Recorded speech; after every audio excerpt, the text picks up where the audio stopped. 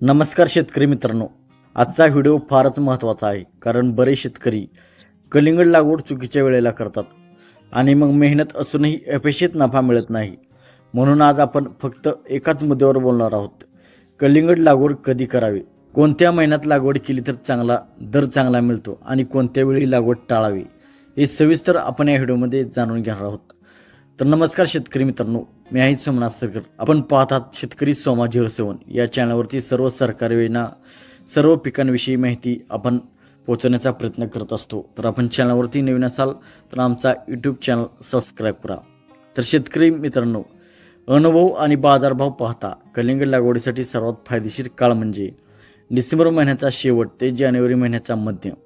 या काळात लागवड केल्यास पीक 90 ते 100 दिवसात तयार होतं आणि मार्च एप्रिल महिन्यात तोडणी सुरू होते. हा काळ असा आहे की उन्हाळ्याची सुरुवात होते, लोकांची मागणी झपाट्याने वाढते, बाजारात आवक अजून कमी असते, त्यामुळे शेतकऱ्याला दर चांगला मिळतो.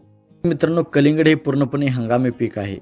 जर आपण खूप लवकर लागवड केली किंवा उशिरा लागवड केली तर बाजारात एकाच वेळी जास्त माल येतो, दर अचानक पडतात आणि शेतकरी तोट्यात जातो. म्हणूनच योग्य वेळ निवडणं म्हणजे अर्धा नफाच आधी पक्का होणं हे आहे. जर लागवड तुम्ही फेब्रुवारी शेवटच्या महिन्यामध्ये किंवा मार्च महिन्यात केली तर उत्पादन मे जूनमध्ये येतं. या काळात बाजारात प्रचंड आवक असते, माल टिकत नाही, दर खूपच कमी मिळतात, त्यामुळे उशिराची लागवड शक्यतो टाळावी. कलिंगड पिकाला थंडी लागते लागवडीच्या वेळी आणि जास्त उष्णता लागते फळधारणेच्या वेळी. डिसेंबर शेवट जानेवारी मध्ये हा काळ या दोन्ही गोष्टीसाठी परफेक्ट असतो.